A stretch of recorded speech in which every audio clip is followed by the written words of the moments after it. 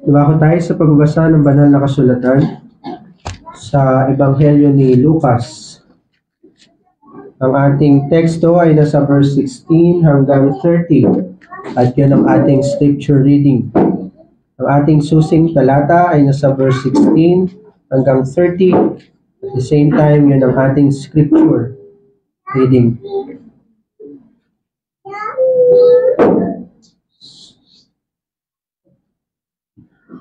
Dumating siya sa Nazaret na kanyang nilakhan.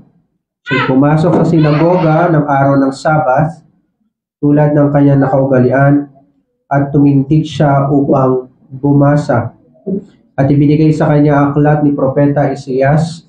Binuksan niya ang aklat at natagpuan ang dako kung saan ay nasusulat, "Ang Espiritu ng Panginoon ay nasa akin sapagkat ako'y hinirang niya upang ipangaral ang magandang balita sa mga dukha. Ako'y sinugo niya upang ipahayag ang paglaya ng mga bihag at ang muling pagkakaroon ng paningin sa mga bulag upang palayain ang mga naaapi, upang ipahayag ang taon ng biyaya mula sa Panginoon." Isinara niya ang aklat, isinauli ito sa tagapaglingkod o sa ministro at naupo. At ang mga mata ng lahat ng mga nasa sinagoga ay nakatutok sa kanya. At siya'y nagsimulang magsabi sa kanila, "Ngayon naganap ang kasulatang ito sa inyong pandinig." Lahat ay nagsalita ng mabuti tungkol sa kanya at namangha sa mapagpalang salita na lumabas sa kanyang bibig. At sinabi nila, "Hindi ba ito ay anak ni Jose?" Sinabi niya sa kanila, "Tiyak na sasabihin ninyo sa akin ang kawikaang ito. Manggagamot, pagalingin mo ang iyong sarili.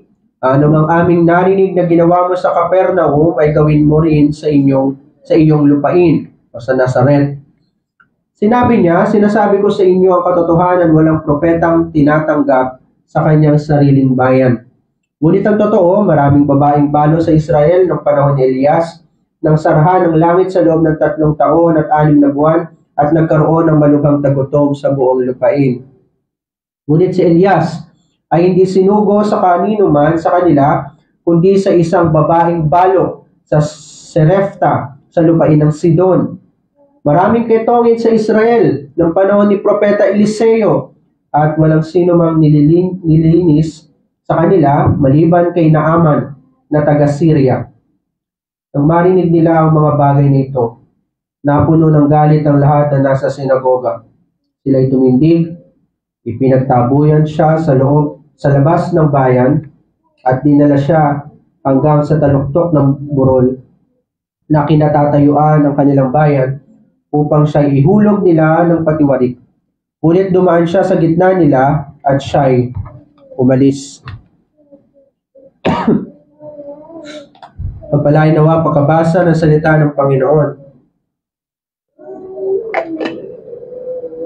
Ang ating binasa, mga minamahal, ay ang ating teksto sa umagang ito. At makita natin na ang konteksto nito mula verse 1 hanggang sa katapusan ng kabanata hanggang verse 44, ito ay naglalaman ng ministeryo ng Panginoon. At bago siya pumunta ng Nazaret, ang mga tao sa Galilea ay nalugod sa Panginoong Jesucristo. At pagkatapos siya pumunta ng Nazaret, ang mga tao naman sa Capernaum ay nalugod pa rin sa Panginoong Jesucristo. Pumunta ang Panginoon sa Nazaret sapagkat ang Panginoong Jesucristo ay mula sa Nazaret. Siya ay lumaki sa Nazaret, kaya siya tinawag na Nazareno. At sa Martes ay pagdiriwang ng mga Katoliko ang kanilang pagsamba sa Diyos-Diyosan sa itim na Nazareno. Pero hindi nila naunawaan ang ibig sabihin ng Nazareno.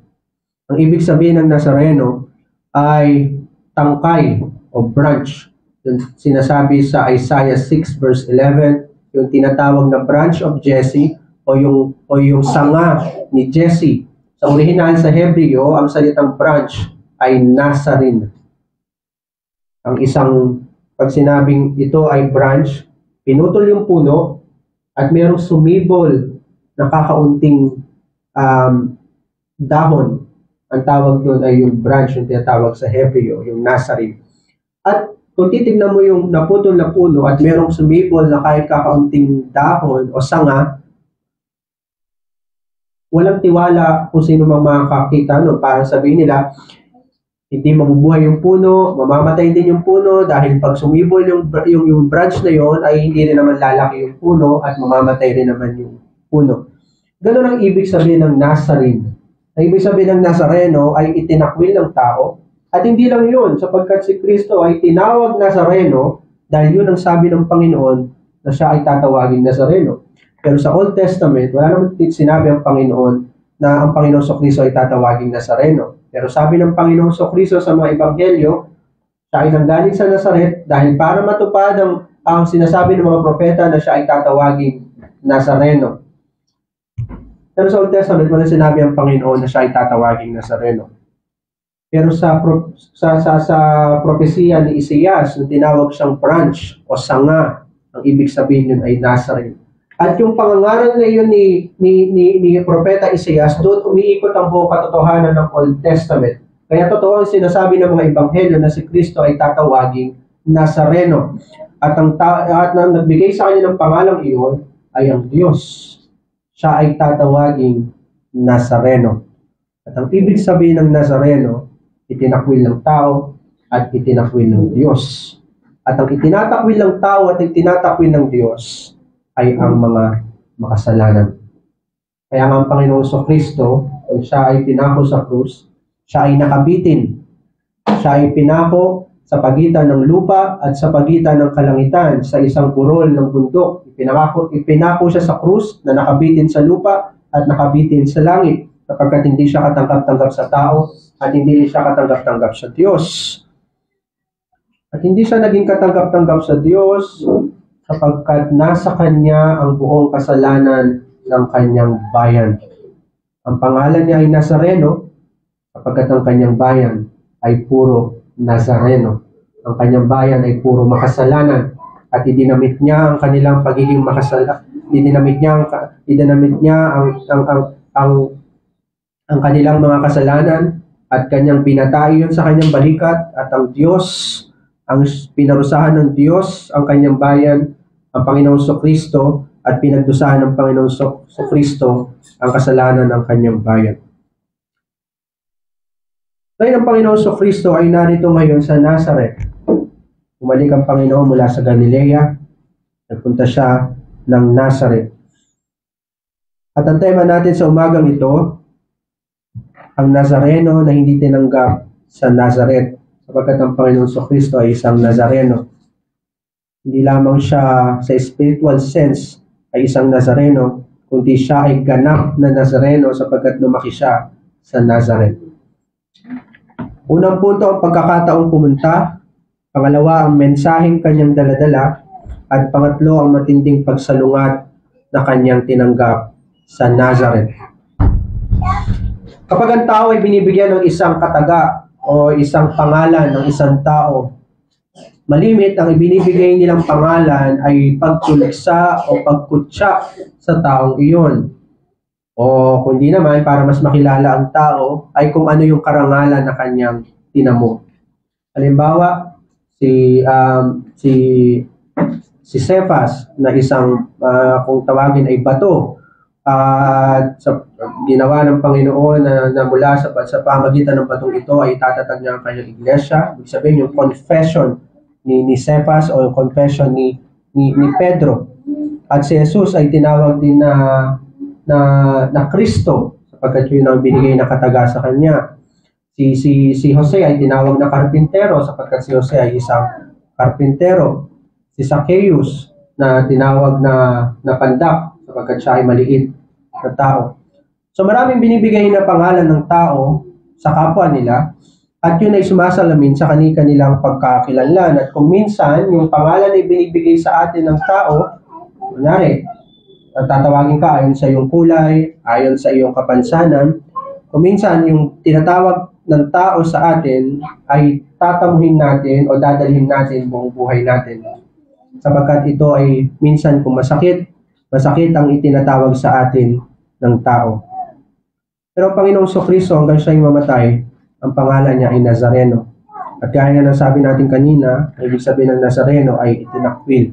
Buong buhay ng Panginoong Kristo, ang pangalan niya ay itinakwil. At yun ang nagpapaliwanag kung bakit ang Panginoong Kristo ay kinakailangan mamatay, sapagkat ang Panginoong Kristo alang-alang sa atin ay itinakwil ng lupa at itinakwil ng langit.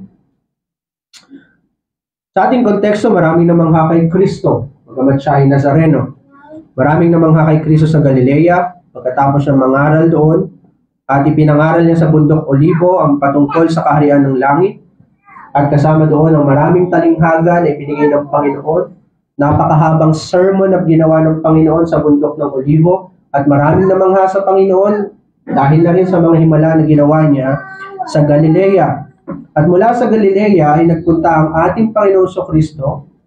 Ang Galilea ay nasasakop ang Nazaret, at sa ibabaw ng Nazaret ay naroon ang Capernaum. Pero ang Nazaret kasi ay mataas na bahagi, kaya pagkatapos ng konteksto na ito, sinabi na mula sa Nazaret ay bumaba siya papuntang Capernaum. Hindi ibig sabihin na ang Capernaum ay nasa baba ng Nazaret. Ang ibig sabihin lang, ang Nazaret ay nasa mataas na bahagi ng Galilea na kinakailangan bumaba para pumunta ng Capernaum. Ngayon, ang Nazaret ay pinuntahan ng Panginoon Kristo pagkatapos siyang pumunta sa Galilea. Doon lumaki ang Panginoon Kristo. Doon siya nag-aral, doon siya natuto ng mga paghahandog sa templo, doon siya unang pumunta sa mga sinagoga, doon siya natagpuan na nangangaral sa mga sinagoga at nakikipagtalastasan sa mga mature na mga mananampalataya na naroon at sa mga biyasa sa kautusan. Doon siya sa Nazaret na lumaki. Ngunit ang Panginoon Kristo ay hindi galing sa Nazaret. Ang Panginoon Kristo ayon sa propesiya ng mga propeta ay dapat manggaling sa Bethlehem. At kung makikita ninyo kung bakit ibinigay sa kanya ang pangalang Nazaret ng sanlibutan at naging sa kanyang kamatayan ay naroon sa kanyang ibabaw ang pangalang Nazareno upang sabihin na hindi siya ang Kristo na mamamatay sa sanlibutan. Sapagat ang Kristo na mamamatay sa sanlibutan ay kailangan manggaling sa Bethlehem. At lagi nila ipinapangalandakan na si Kristo ay hindi isang galing sa Bethlehem, kundi siya ay galing sa Nazaret. Buong buhay niya ang tawag sa kanya ay Nazareno para sabihin na hindi siya ang Kristo na mamamatay para sa kanyang bayan, kundi isa siyang Nazaret, isa siyang makasalanan, isa siyang itinakwil, at walang anumang mabuting manggagaling sa Nazaret sapagkat kahit ang kaligtasan ay hindi manggagaling sa Nazaret. Tinawag siyang Nazaret upang lapastanganin ng tao ang ebanghelyo ng Panginoon. Ngunit ang Panginoon ay hindi pinanganak sa Nazaret. Siya ay pinanganak sa Bethlehem. Ang kanyang mga magulang ay puro mga taga-Nazaret. Ngunit dahil sa sila ay puro anak ni David, nagpatala sila sa Jerusalem. Naglakbay bago manganak si Maria, naglakbay sila papuntang Jerusalem para sila ay makapagpatala roon. At ginamit ng Panginoon ang emperador ng Roma, si Cesar Augustus, upang magpatala ang mga pamilya. Nagkaroon ng decree, nagkaroon ng kautusan si Augustus Cesar na magpatala ang lahat ng pamilya para buwisan ang lahat ng pamilya. At dahil sila Jose at si Maria ay puro anak ni David, sila ay nagpatala ngayon sa Jerusalem. Kaya si Jesus ay pinanganak sa Bethlehem. Ganun ang ginawa ng Panginoon, na kahit ang puso ng hari ay hinawakan ng Diyos at hindi nagkataon na nagpatala ang ating manunubos sa Bethlehem. Siya ay anak ni David, kaya siya ay may karapatan na magpatala sa Bethlehem sapagkat siya ang tagapagmana ng trono ni David. Sa panahon ng pagtatala ay pinanganak si Jesus. Sa panahon na itinatala ang mga pangalan ng pamilya, doon na isinilang ang Panginoong Kristo. At dahil nanganganib ang kanyang buhay, ang sanggol na si Jesus, nanganganib ang kanyang buhay dahil kay Herodes, Sapagkat mayroong mga pantas na pumunta kay Herodes at hinahanap ang si Jesus, ang hari ng Jerusalem, ang hari ng Judea, ang hari ng Israel na ipapanganak. Kaya tinutugis ngayon ni Herodes ang batang si Jesus sa loob. Sa lahat ng bata na edad 2 taon ay pinatay ni Herodes. At dahil sa nanganganib ang buhay ni Jesus nung siya ay bata pa lamang mula sa hari ng Judea, kailangan nila ngayon pumunta ng Ehipto. At mula sa Ehipto ay nagpunta ngayon sila sa Nazaret at doon na lumaki ang ating Panginoong Kristo. Ngunit ang pangalang Nazaret ay hindi lamang nangangahulugan kung saan lumaki ang Panginoong Kristo. Ang pangalang Nazaret ay isang kahihiyan para kay Jesus. At ang kahihiyan na ito ay dinamit ng Panginoon sa kanya sapagkat ang kanyang bayan ay kahiyahiya. Tinanggap ng Panginoon ang kahihiyan na tawagin siyang Nazareno alang-alang sa kanyang bayan. Mula sa sinapupunan hanggang sa kanyang kamatayan, ang pangalan niya ay Nazareno. Bagamat siya ay pinanganak sa Bethlehem, ngunit hindi yun ang nakita ng tao at ayaw ipagdiinan ng tao na siya ay pinanganak sa Bethlehem sapagkat kung siya ay pinanganak sa Bethlehem at kung siya ay galing sa Bethlehem, siya ang tagapagligtas. Siya ang tagapagmana sa trono ni David. Pero ni minsan na hindi natin nabasa sa mga ebanghelyo na tinawag siyang taga Bethlehem. May isang pagkakataon, isang bulag na tinawag ang Panginoong Kristo, Jesus na Nazareno. Ikaw na taga Nazaret, anak ni David. Siya na tinawag na Nazareno ay tinawag ding anak ni David bilang pagkilala na siya ang tagapagmana sa trono ni David. Pero all throughout ng gospel accounts ay never binanggit na siya ay taga Bethlehem at tagapagmana sa trono ni David. Tinanggap ng Panginoon ang kahihiyan na ito. Tawag ng mga tao sa mga kahihiyang tao ang Nazareno, sapagkat ang Nazaret ay isang maliit na lugar at wala kang makikitang anumang mabuti sa Nazaret. Ang kamangmangan, ang kasamaan ay naroon sa Nazaret, pati ang kahirapan ay naroon sa Nazaret. Kung gusto mo maging dilubyo ang buhay mo, pupunta ka sa Nazaret at naroon ang lahat ng kaguluhan. Ang Panginoong Kristo at ang kanyang pamilya kasama ng kanyang mga magulang at mga kapatid ay nanggaling sa napakagulong lugar na ito. Ultimo ang alagad niya na si Natanael. Noong tinawag siya para maging apostol, ay sinabi niya, meron bang mabuti na manggagaling sa Nazaret? Dahil kilala ang Nazaret na isang masamang bayan o isang masamang lugar sa loob ng Galilea. Kaya maging ang tao ay ilag sa Nazaret. At kung gusto nilang kutsain ang tao, ipagdidiinan nila na ang taong iyon ay galing sa Nazaret para magkaroon ng malaking kaibahan ang mga matitinong Hudyo at yung mga masasamang Hudyo, yung mga mahihirap at yung mga mayayaman, yung mga may kakayanan na maghandog ng mga mamahaling mga baka, tupa sa templo, at yung mga walang kakayanan na ang tanging daladala lamang nila ay mga kalapati. Yun ang daladala ng mga magulang ni Jesus. Nung sila ay maghahandog na at ihahandog nila si Kristo, ang daladala lamang nila ay yung mga kalapati sapagkat sila ay galing sa Nazaret, isang mahirap na bayan. Yun ang ginagawa ng tao upang kutsain at mas lalong ilugmok ang mga mahihirap at mga mangmang sa Nazaret. Ayaw nila sa Nazaret. Ngunit sabi sa Mateo 2 hanggang 2, talatang 23, ang Panginoong Kristo ay tatawaging Nazareno gaya ng sabi ng mga propeta. At ang katawagang ito ay binigay mismo ng Diyos sa ating tagapagligtas. Hindi lamang siya tinawag na Nazareno ng tao, kundi ang Diyos mismo ang nagsabi na ang itatawag sa kanya ay Nazareno sapagkat siya ay kahiyahiya. Ito ang sabi sa Isaiah 6 verse 11.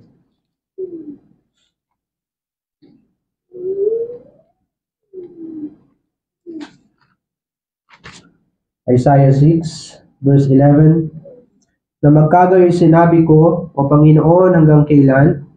At siya'y sumagot, hanggang sa ang mga lunsod ay magiba Isaiah 11 verse 1. Isaiah 11 verse 1. May usbong na lalabas mula sa tuod ni Jesse at sisibol ang isang sanga mula sa kanyang mga ugat. Ang sangang ito, yung sanga na tinutukoy ni Propeta Isaias na binanggit ng Panginoon, ang ibig sabihin diyan ay Nazareno, isang kahiyahiyang bagay na hindi mo mapagkukuhanan ng anumang lakas, mapagkukuhanan ng anumang bunga, sapagkat nung pinutol ang bayan ng Israel, nung winasak ng Panginoon ang bayan ng Israel, wala nang natirang anumang mabuti sa Israel, maliban sa isang sibol na iyon sa tagapagmana ni David, at walang iba kundi ang ating Panginoong Kristo. Walang natira sa bayan ng Israel, kundi ang Panginoong Kristo lang. Nung winasak ng Panginoon ng Israel at wala nang sino mang nananampalataya sa Panginoon, meron lamang isang natira, ang tagapagmana sa trono ni David.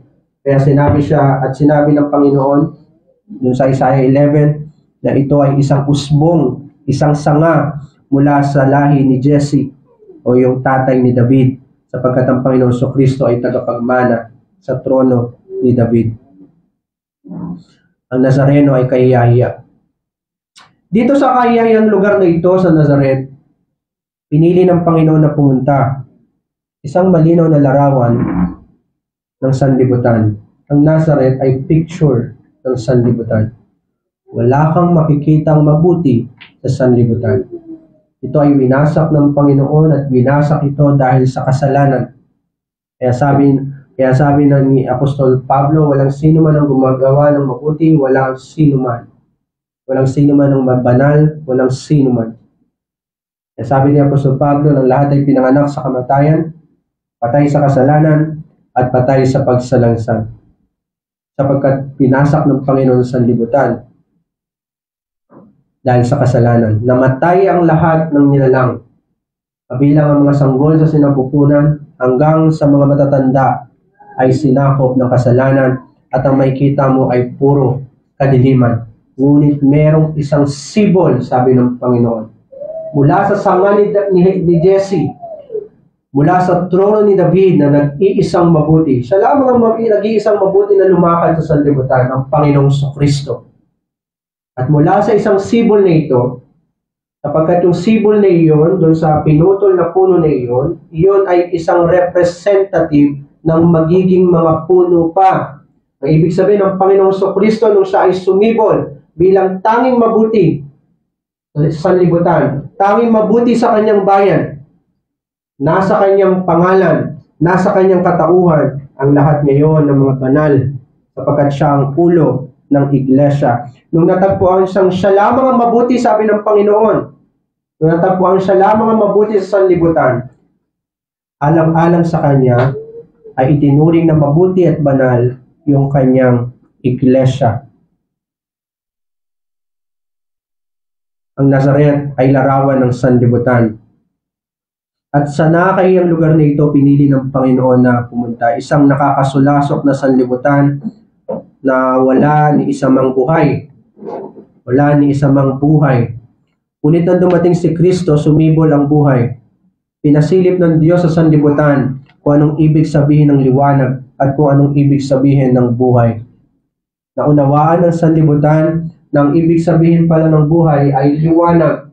Kung nasaan naroon ang liwanag ay naroon ang buhay. Naunawaan ng sanlibutan na kung nasaan naroon ang liwanag ay naroon nananaligtay ang pakikisama ng Diyos sa kanyang bayan, naroon ang tipan ng Panginoon, ang covenant ng Panginoon. Pero dahil sa kasalanan ng sanlibutan, yung liwanag na yon ay iniiwasan ng sanlibutan at nananatiling naroon sa nakakasulasok na sitwasyon ng sanlibutan. Ngunit ang mga tinuruan ng Panginoon at nakaunawa ng Ebanghelyo ng Panginoon, nung sumilay ang buhay at suminag ang liwanag sa sanlibutan, nakilala ito ng kanyang bayan. Pinasilip ng Diyos sa sanlibutan ang kahulugan ng buhay. At nung pinasilip ito ng Diyos, nakilala ng iglesia na ang buhay na ito ay walang iba kundi ang ating Panginoong Kristo. Dito sa Nazaret, pinili ng Panginoon na manatili sa kanyang mga magulang. Hindi niya tinakasan ng nakakayang lugar na ito, bagaman siya ang tagapagmana ni David at dapat lamang na siya ay nasa Jerusalem. Narapat na siya ay mamuhay sa Jerusalem, ang buong karangyaan ng Jerusalem, ang isang dakilang lungsod. Ngunit mas pinili niya ang Nazaret. Bagamat naroon na siya sa piling ng Ama at tinatamasa ang lahat ng kayamanan, pakikisama at pagpapala na mula sa Ama, pinili niyang pumarito sa sanlibutan.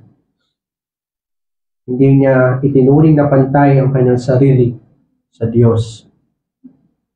Ibinilang niya ang kanyang sarili sa kanyang bayan. Yun ang ipinapakitang picture ng kanyang pagpunta sa Nazaret. Itinuring niya ang kanyang sarili na nakakahiya at idinamit niya sa kanya ang bihis ng mga taga-Nazaret. Buong buhay ng Panginoong Kristo, maging yung kaugalian kung paano siya ipinanganak, ay kaugalian ng mga taga-Nazaret. Idinamit niya sa kanyang sarili ang bihis ng mga nasasanlibutan. Idinamit niya sa kanyang sarili ang kasalanan ng kanyang bayan. Kaya siya ay tinuring na makasalanan. Kaya siya tinawag ng Diyos na Nazaret. Ang kaligtasan para sa inyo ay ito, sabi ng Panginoon. Isang Nazareno, isang makasalanan. Hindi dahil siya ay makasalanan sa kanyang sarili, kundi dahil kanyang pinasan ang iyong kasalanan at siya ay mamamatay para sa iyo. Pinili niya ang Nazaret. Dito sa lugar na ito, bumalik ang Panginoon Kristo hindi upang manatili, kundi upang mangaral. Alam natin ang dahilan kung bakit siya pumunta ng Nazaret. Sabi dito sa verse 16, dumating siya sa Nazaret na kanyang nilakhan. Siya'y pumasok sa sinagoga ng araw ng Sabat tulad ng kanyang nakaugalian. Nakaugalian niya na sa bawat bayan na kanyang pupuntahan ay pupunta muna siya sa mga sinagoga bago siya mangaral sa mga bundok. Sapagkat ang mga nasa sinagoga ay yung mga nakakaalam ng salita ng Panginoon. Yun din yung pattern na ginagawa natin sa pagmimisyon. Hindi tayo nagmimisyon para una tigit sa lahat ay maligtas ang lahat. Hindi para maligtas ang mga nakikinig. Hindi upang magligtas ng iilan. Hindi ganun ang dahilan kung bakit tayo nagmimisyon. Nagmimisyon tayo upang maitatag ang iglesia ng Panginoon sa mga mananampalataya. Para sa mga mananampalataya. At sabi sa verse 17, at ibinigay sa kanya ang aklat ni Propeta Isaias, binuksan niya ang aklat at natagpuan ng dako kung saan ay nasusulat at binanggit yung Isaiah 61 verses 1 hanggang 2 at Isaiah 58 verse 6. Yun yung binasa ng Panginoon. Ngayon, isinara niya ang aklat, sabi sa verse 19, ay sa verse 20, at saka siya nangaral. Sabi niya sa verse 21, ngayon naganap ang kasulatang ito sa inyong pandinig. Ang tanging layunin ng Panginoon Kristo sa kanyang pagpunta sa Nazaret, ang kanyang pagbabalik doon, hindi upang manatili at mamuhay ulit sa Nazaret, kundi upang ipangaral at ipahayag ang salita ng Diyos. Sapagkat ang Panginoon Kristo ay ang salita ng Diyos. Kinakailangan niya ipahayag lagi ang nilalaman ng kaisipan ng Diyos at kinakailangan niya laging ipangaral ang kalooban ng Panginoon. Kaya sa Nazaret, doon ay nangaral ng Panginoong Jesucristo. Bagamat sa maikling pagkakataon lamang ginawa ito ng Panginoon. Pero nakakamangha ang nangyari dito sa Nazaret. Ang iba ay namangha at marami ang gusto siyang patayin. Napakaikling oras lamang ginugol ng Panginoon. Wala nga tayong nababasa sa ating teksto kung ano ay pinangaral ng Panginoon. Maging doon sa Matthew 13, wala rin binanggit kung ano ay pinangaral ng Panginoon sa Nazaret. Basta ang sinabi lang ay itinakwil siya ng tao, gusto siyang patayin ng tao pagkatapos ng mangaral. Ang layunin niya, nakahanap ang Panginoon ng pagkakataon. Nung makita niya ang sinagoga, yun na ang pagkakataon na dapat siyang mangaral sa araw ng Sabat. Pinahayag niya ang salita ng Diyos, alang-alang sa mga taga-Nazaret. Naparito siya sa sanlibutan hindi upang manatili, kundi upang mamatay. At ang kamatayang iyon ay pagpapahayag ng salita ng Diyos. Sapagkat sabi ni Apostol Pablo, habang tayo ay makasalanan, ipinahayag ng Diyos ang kanyang pag-ibig. Ang kamatayan ay pagpapahayag o pangangaral ng Panginoong Kristo. Hindi siya naparito sa libutan para manatili. At pagkatapos sa 3 araw ng kanyang kamatayan na siya'y namatay, ay muli siyang nabuhay. Yun ay pangangaral ulit ng Panginoon. Ang pagkatapos ng kanyang muling pagkabuhay, siya ay tumungo na sa kanan ng Diyos. Yun ay pangangaral ulit ng Panginoon. Ang lahat ng kanyang buhay ay binubuo ng pangangaral. Pangangaral ng salita ng Diyos. Hindi siya naparito para manatili. At ang ebidensya, ang patunay na siya ay hindi naparito para manatili, nung kanyang muling pagkabuhay, siya ay umakyat sa kanan ng Diyos. Wala siyang pakay sa kanyang mga kababayan sa Nazaret, kundi ang marinig nila ang salita ng Diyos. Kailangan nilang marinig ang pinakapuso ng banal na kasulatan. Hindi nagkataon ang pinili ng Panginoon ay yung Isaiah 61 verses 1 hanggang 2 at Isaiah 58 verse 6, sapagkat ito ang pinakapuso ng salita ng Diyos. Kailangan nilang marinig na merong hinirang ang Panginoon na siyang magdiligtas sa kanila mula sa pagkabihag at mula sa kanilang karukhaan. Sapagkat sabi sa hula, ang Espiritu ng Panginoon ay nasa akin sapagkat ako'y hinirang niya upang ipangaral ang magandang balita sa mga dukha. Sabihin, kailangan nila ng kaligtasan mula sa karukhaan. Ako'y sinugo niya upang ipahayag ang paglaya sa mga bihag. Siya ay nangangaral sa mga nakabilanggo, yun ang ibig sabihin nun. At ang muling pagkakaroon ng paningin sa mga bulag, ibig sabihin sila na nasa kadiliman, kailangan niyang pangaralan at magkaroon ng liwanag. Yun ang ibig sabihin, upang palayain ang mga naapi o yung mga oppressed. Yun ang pakay ng Panginoon sa kanyang pangangaral. At kailangan mo unawaan yun ng mga taga-Nazaret. Kailangan mo unawaan ng isang maliit na bayan na punong-puno ng dilubyo at nakakasulasok na kasamaan, na walang karunungan, walang anumang mabuti. Kailangan mo unawaan nila na ang tanging daan ng kaligtasan ay narito lamang sa kung anong sinasabi ni Isaiah. At ang sinasabi ni Isaiah ay merong hinirang ang Panginoon na puspos ng Espiritu Santo na siyang magpapalaya sa kanila mula sa pagkakulong, na magkakalag ng kanilang mga tanikala at siyang magbibigay sa kanila ng tunay na kasaganahan mula sa kanilang kahirapan o karukhaan. At alam natin na hindi literal ang mga bagay na iyon.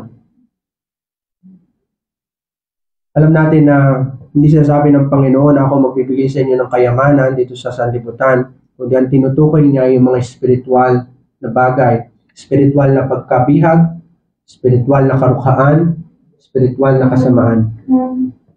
Sa araw ng Sabat, nangaral ng Panginoon. Binasa niya ang mga talatang mula sa Isaiah 61 verses 1 hanggang 2 at Isaiah 58 verse 6. Pagkatapos ng basahin ng mga iyon, ay sinara niya ng aklat at nagsimula na siyang mangaral. Ang mga talatang ito ay nagsasaad na ang Panginoong Kristo ang puspos ng Espiritu Santo. Ang banal na Espiritu ay laging pinipicture ng langis, at sino mang mabuhusan ng langis, ang ibig sabihin nito ay itinalaga. Ito man ay itinalaga sa pagkapari o itinalaga sa pagkahari at pagiging propeta. Ang sinabing puspos ng banal na Espiritu, siya ay hinirang ng Diyos para sa isang function, para sa pagiging hari, pari, at propeta. Ibig sabihin, ang tinutukoy na tagapagligtas na magdadala ng magandang balita sa mga dukha at magpapahayag ng paglaya sa mga bihag at magpapagaling ng mga bulag at papalayain ng mga naaapi at magpapahayag ng taon ng biyaya ng Panginoon ay isang hari, propeta, at pari. Siyang itinalaga ng Panginoon para sa gampaning ito, para sa function na ito. Ipinangaral ng Panginoon sa Nazaret na siya ang pinuspos ng banal na Espiritu. Na yung hinihintay nilang Mesiyas, yun ang ibig sabihin ng kapuspusan ng banal na Espiritu. Yun ang ibig sabihin na binuhusan ng langis. Ibig sabihin siya ang Mesiyas, siya yung itinalaga, siya yung Kristo. Yun ang sinasabi ng buong chapter 4, na si Kristo ay pinuspos ng Espiritu Santo. Mula talatang 1 ng chapter 4 ng Luke hanggang sa katapos-tapusan nito, mababasa mo kung paanong pinuspos ng Espiritu Santo ang ating Panginoong Hesukristo. At ang resulta lagi ng kanyang pagiging puspos ng Espiritu ay ang katotohanan at katapangan. Ang Panginoong Hesukristo ay nagsasaysay ng mga karunungan ng Panginoon at buong katapatan niya at katapangan niya ipinapangaral ang mga katotohanan ito sapagkat ang Panginoong Hesukristo ay puspos ng Espiritu Santo. At ito rin ang naging resulta sa mga apostol. Nung sila ay pinuspos ng Espiritu Santo, sila ay nagkaroon ng tapang, sila ay nagkaroon ng ipapangaral nila, nagkaroon ng laman ng kanilang labi, at ipinangaral nila ang Ebanghelyo ng Panginoong Hesukristo. At ganoon din ang Panginoon. Sapagkat ang Espiritu ng Panginoong Hesukristo at ang Espiritu na pumuspos sa kanyang iglesia ay hindi iba. Iisang Espiritu lamang ito. At ang Espiritu ng Panginoong Hesukristo ay laging nagresulta ng katotohanan at pagpapahayag ng may katapangan para sa katotohanan ito. Ngunit ang pangangaral nito ng Panginoong Hesukristo ay hindi lamang nagpapamalas na siya ang pinuspos ng Espiritu. Hindi lamang yun ang sinasabi ng pangangaral. Kundi ang punto, siya ang hinirang ng Diyos upang iligtas ang mga dukha. Yun yung pinakapuso ng propesiya ni Isaias. Kaya nga sabi niya sa verse 21, ngayon naganap ang kasulatang ito sa inyong pandinig. Sapagkat nung ipinaliwanag na ng Panginoon ang propesiya ni Isaias, ang dapat makita ng Nazaret ay ang Panginoong Hesukristo bilang katuparan ng propesiya ni Propeta Isaias.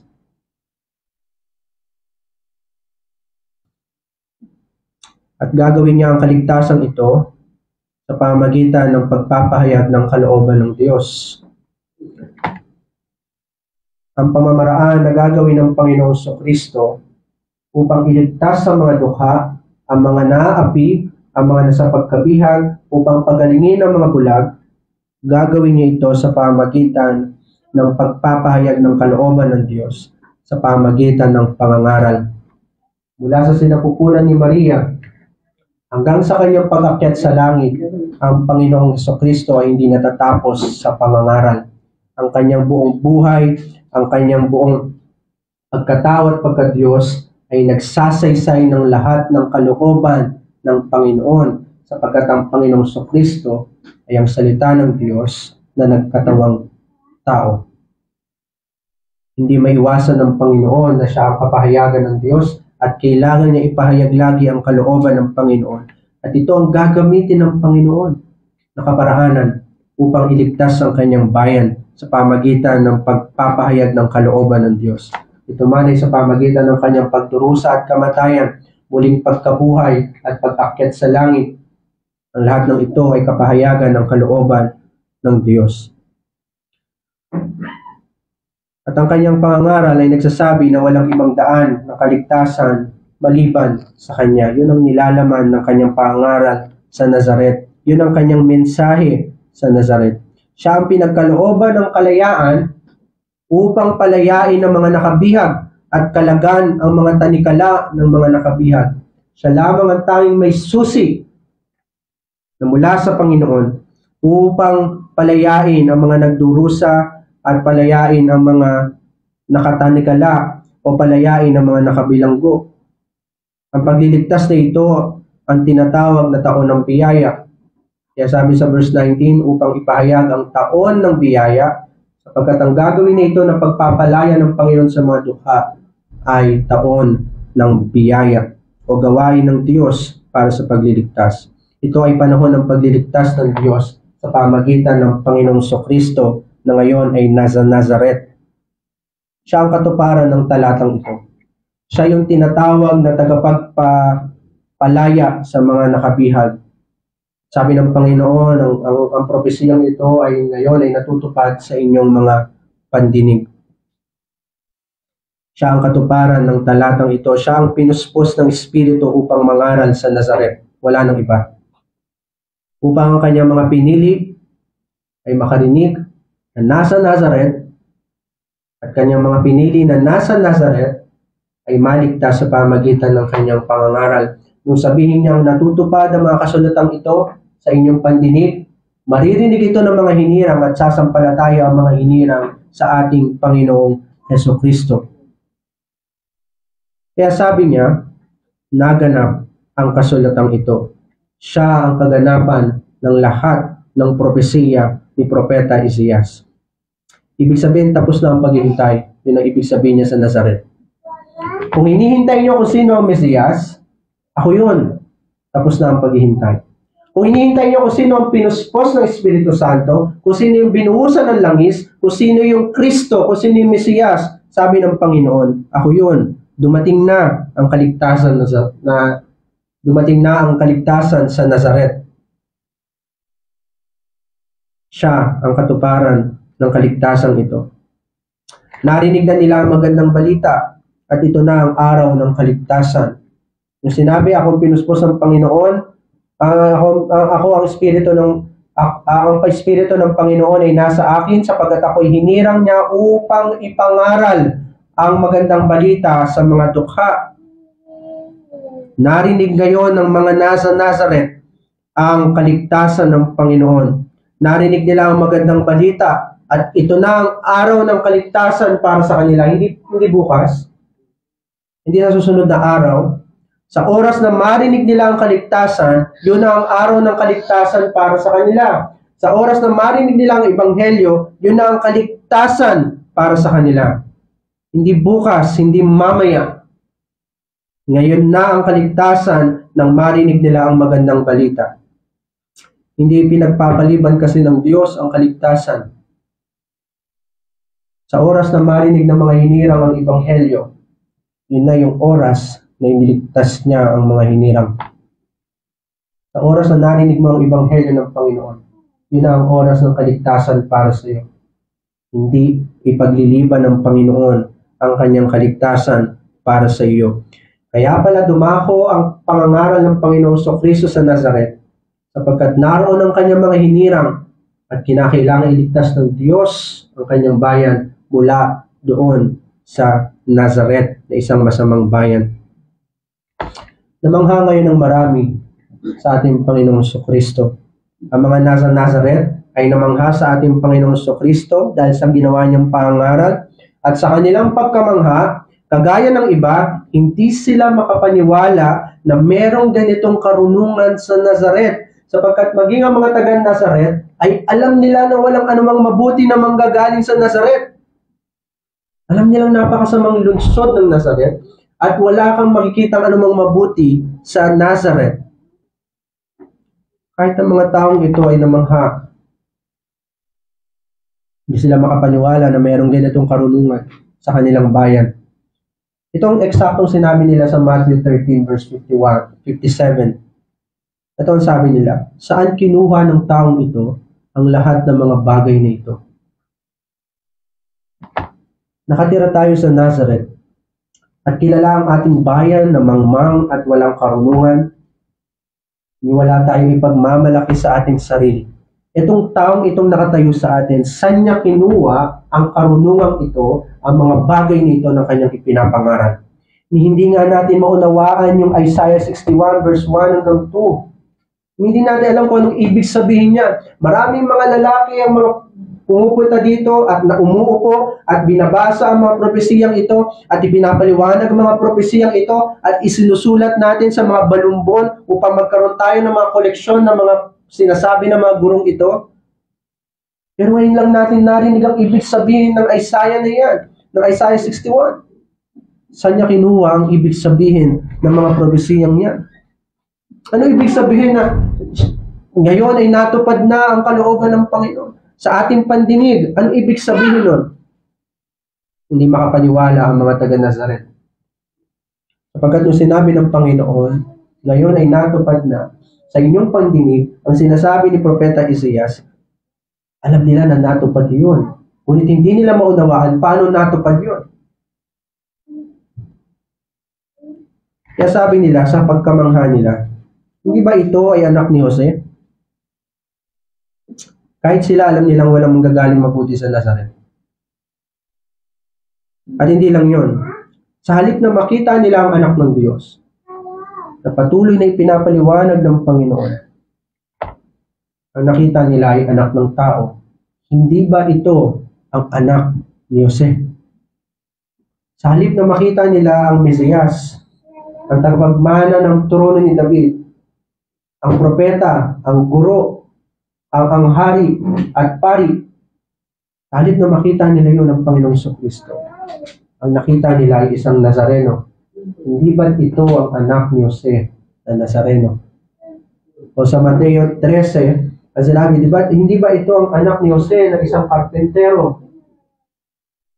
Ang nakita nila ay anak ng tao. Sa halip na maunawaan nila ang Ebanghelyo, ang nakita nila ang tao. Yun ang problema ng makasalanan.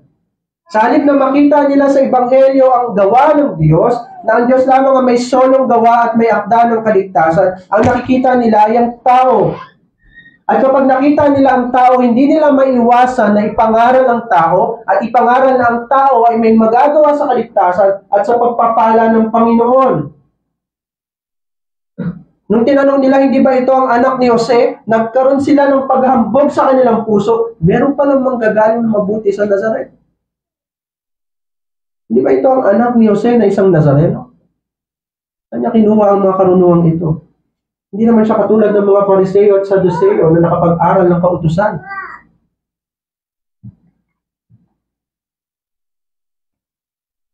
Namangha sila sa tao at tuwang-tuwa sila na kababayan nila ang nagsasalita ngayon.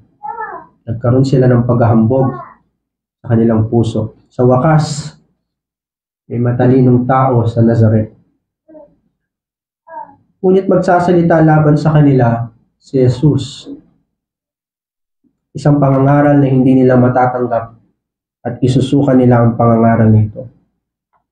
Isang salita na magbubunsod sa kanila na patayin ang propeta ng Diyos, gaya ng ginawa ng marami sa kanilang pagpaslang sa manakaraang mga propeta ng Diyos.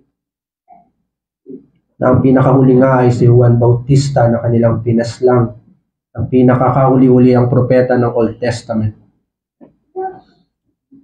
At ang dahilan ng pagpaslang sa mga propetang ito ay ang pangangaral. Ang nilalaman ng pangangaral ay ang Panginoong Jesucristo. At ito ang magbubunsod sa kanila upang patayin ang Panginoon. Sapagkat ang pangangaral ni Kristo noon hanggang ngayon ay hindi lamang naglalaman ng biyaya, sabi sa verse 22, ang kanyang bibig ay naglalaman ng mga biyaya. Lahat ay nagsalita ng mabuti tungkol sa kanya, kay Jesus, at namangha sa mga mapagpalang salita, mga mapagbiyayang salita na lumabas sa kanyang bibig. Hindi lamang biyaya ang nilalaman ng pangangaral ng Panginoon noon hanggang sa kapanahunan natin ngayon, hanggang sa darating, hindi lang biyaya ang nilalaman yan.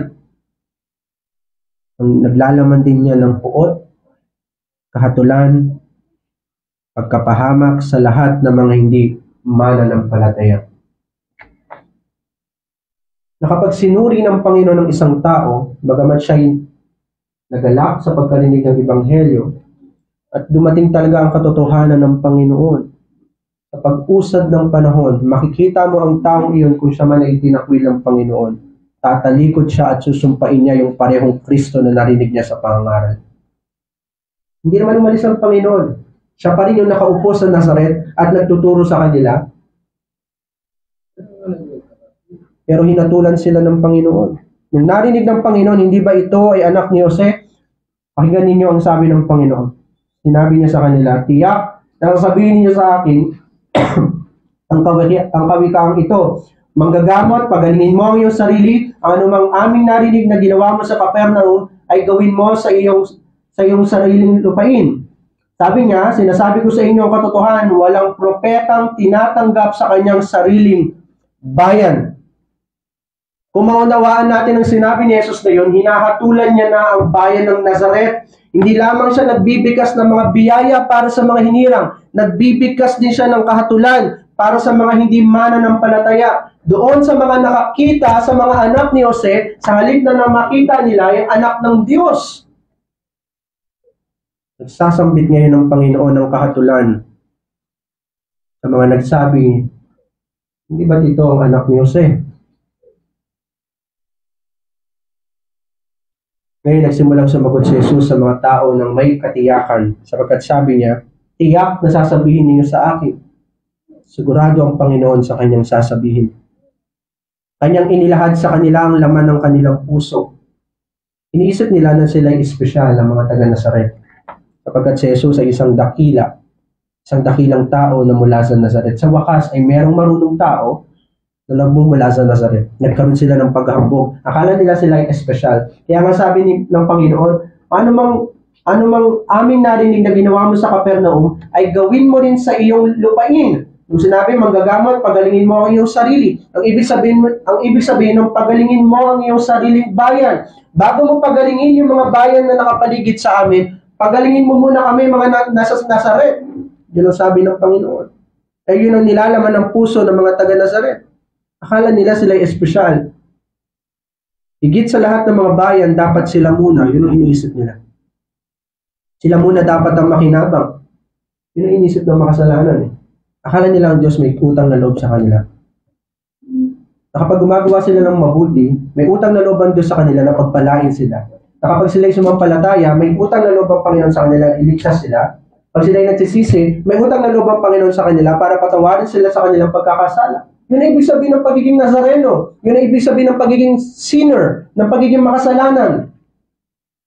Iniisip natin na tayo ay espesyal at ang Diyos ay dapat merong espesyal na atensyon sa atin, na ang Diyos ay kaya nating utos-utusan kahit kailan.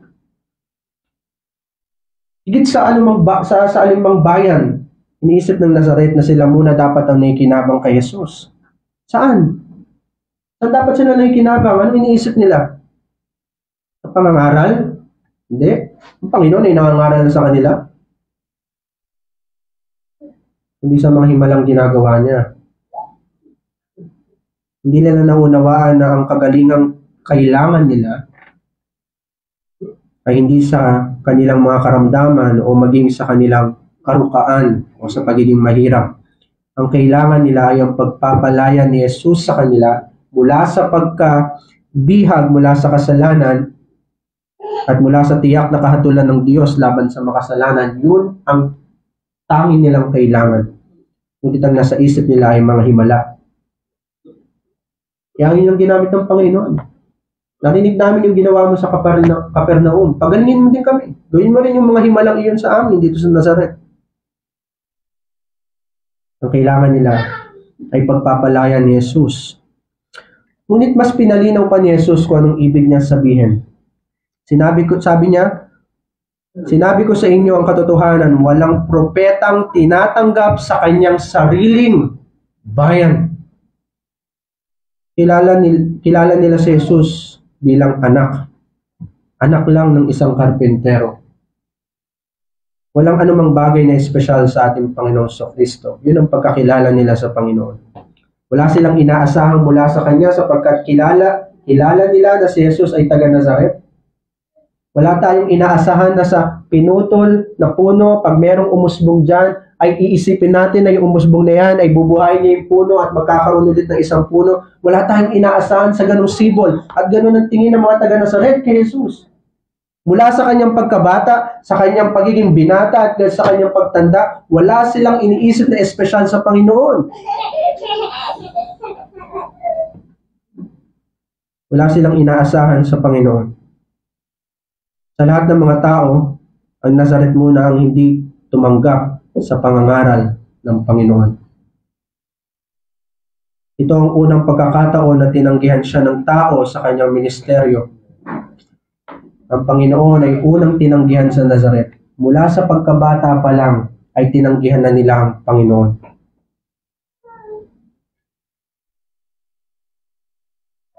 Ano nangyari ito? Bakit?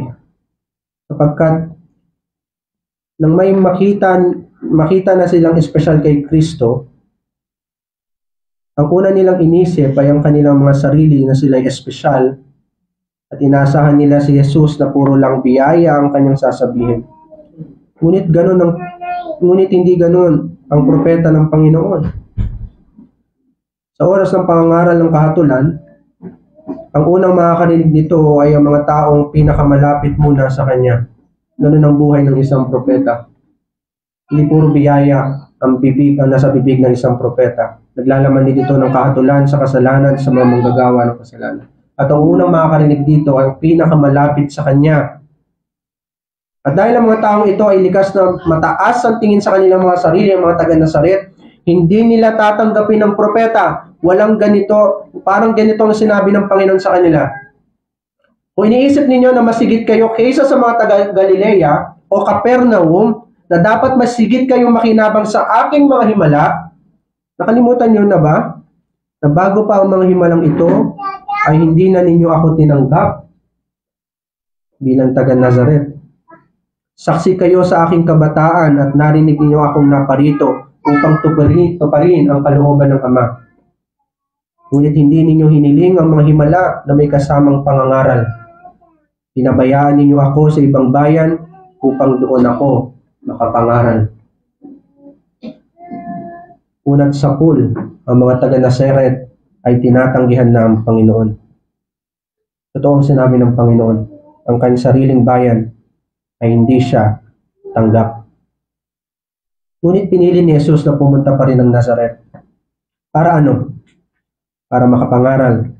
At malinaw sa kanyang mga halimbawa na ibinigay sa mga panahon nila Elias at Eliseo na hindi siya pumunta para sa lahat ng mga taga-Nazaret. Hindi yun ang kanyang pakay, kundi para lamang sa iilang mga nasa Nazaret na kailangan makarinig ng Ebanghelyo. Ang mga pinuntahan nila Elias at Eliseo ay puro mga hintil. Ang isa ay taga-Sidon, ang isa ay taga-Syria. Ang sabi ng Panginoon, maraming balo at naghihirap sa Israel. Pero nagpunta sa Eliseo sa taga-Syria.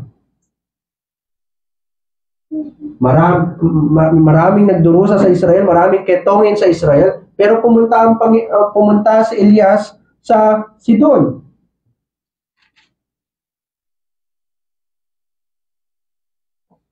Hindi siya nagpunta sa Israel. At yun yung halimbawa na ibinigay ng Panginoon sa Nazaret. At sa kaso ng Nazaret, pinili ng Panginoon ng Galilea at Capernaum, hindi ang Nazaret, para makapangaral. Kaysa sa kanyang sariling bayan, mas pinili ng Panginoon ang Galilea at Capernaum. Dahil dito, ninais nilang patayin si Jesus, sapagkat naunawaan nila na sila ay katulad ng Israel na makasalanan at hindi dapat pinaglalagakan ng panahon ng pangangaral. Gusto ngayon nilang patayin si Jesus. Ito ang unang pagtatangka sa buhay ni Jesus sa panahon ng kanyang pagmiministeryo. Ngunit hindi sila nagtagumpay. Alam natin sa verse 30 na ang Panginoon ay dumaan sa kanilang gitna at hindi nila nakita ang Panginoon at hindi natin alam kung paano nangyari ito. Umalis ang Panginoon habang siya ay nasa taluktok ng burol. Itutulak na lang siya para mamatay, pero ang Panginoon ay dumaan sa kanilang gitna at hindi natin alam kung ano nangyari doon. Sapagkat hindi pa panahon ng kamatayan ng Panginoon sa Kristo. Mamamatay ang Panginoon sa Kristo alinsunod sa kalooban ng Panginoon at hindi pa yun ang oras ng kamatayan ng Panginoon sa Kristo. Hindi siya mamamatay na ayon sa kalooban ng tao. Mamamatay siya ayon sa kalooban ng Diyos. Gusto nilang patayin ang Panginoong Jesucristo.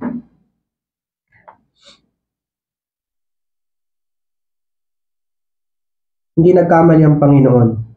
Hindi siya tatanggapin ng kanyang sariling bayan. Mula sa kanyang kapanganakan hanggang sa kanyang kamatayan, ang kanyang sariling bayan ang tumanggi sa kanya. Ang totoo, ang buong sanlibutan ay tinanggihan ang Panginoon. Lahat ng Nazareno, lahat ng makasalanan at kasuklam-suklam sa harapan ng Panginoon ay tinanggihan ng Panginoong Kristo. Walang sino man ang tatanggap sa Panginoon. Isang biyaya lang ng Panginoon na kahit papaano ay merong nananampalataya sa Panginoon. Pero kahit ang pagsampalatayang iyon ay gawa pa rin ng Diyos. Salamat na lang mga minamahal at minabuti ng Panginoon na dalawin tayo upang magsalita ng biyaya sa atin. Ang Nazarenong ito ang naging kaligtasan natin, napakagandang pangalan, Nazareno. Sapagkat idinamit niya ang ating kahihiyan upang palayain tayo mula sa bilangguan at kalagaan ng ating mga tanikala. Amen. Ama namin Diyos, salamat po sa pangaral na ito, sa Ebanghelyo ng Panginoong Kristo, ang tinawag na Nazareno. Siya nakasuklam-suklam sa paningin ng Diyos at ng tao. Ngunit itinalaga mo ito na isang nakakasuklam na tao bilang kaligtasan ng aming kaluluwa at katawan. Siya ay hindi naging kasuklam-suklam dahil siya ay mayroong kasalanan, kundi dahil kanyang idinamit sa kanyang sarili at kanyang binata sa kanyang sarili ang kasalanan ng kanyang bayan. Pagpalain nawa o Diyos ang salitang ito sa aming mga puso, sa tayong pangalan ni Jesus. Amen.